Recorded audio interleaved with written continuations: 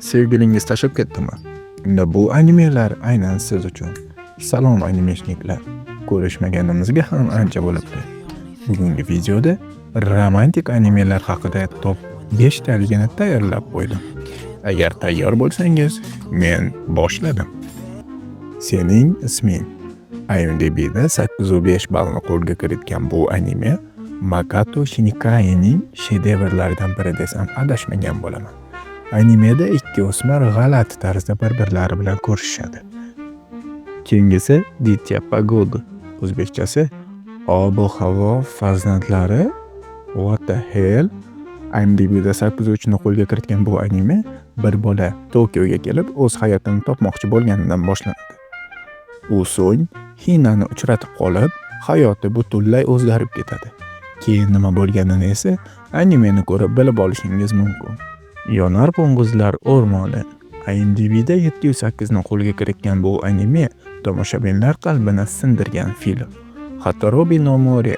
Bu Yuki Midarawa tomonidan yaratilgan va Brainbase Animation Studios tomonidan ishlab chiqilgan anime ishqiy film hisoblanadi. Hikoya sevgi va yo'qotish haqida go'zal sayohatdir.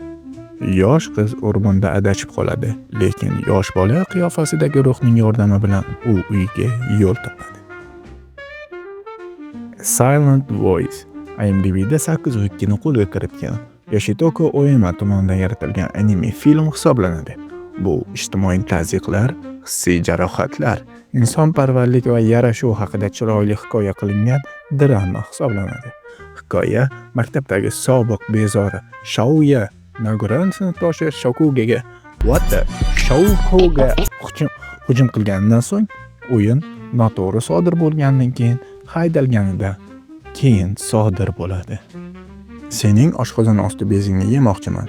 Bu filmda Shiga Haruki va Sakura Yamuchi tasodifan uchrashganidan keyin birga o'tkazgan qisqa vaqt haqida hikoya qilinadi. Ikki o'smir ko'p kunlarini birga o'tkazishadi va Shiga juda o'zini tutashgan va introvert shaxs bo'lsa-da, Sakurani qarama-qarshi shaxsi yorqin va quvnoq suzish qobiliyati va uni o'z qobig'idan chiqarib olishga harakat qiladi.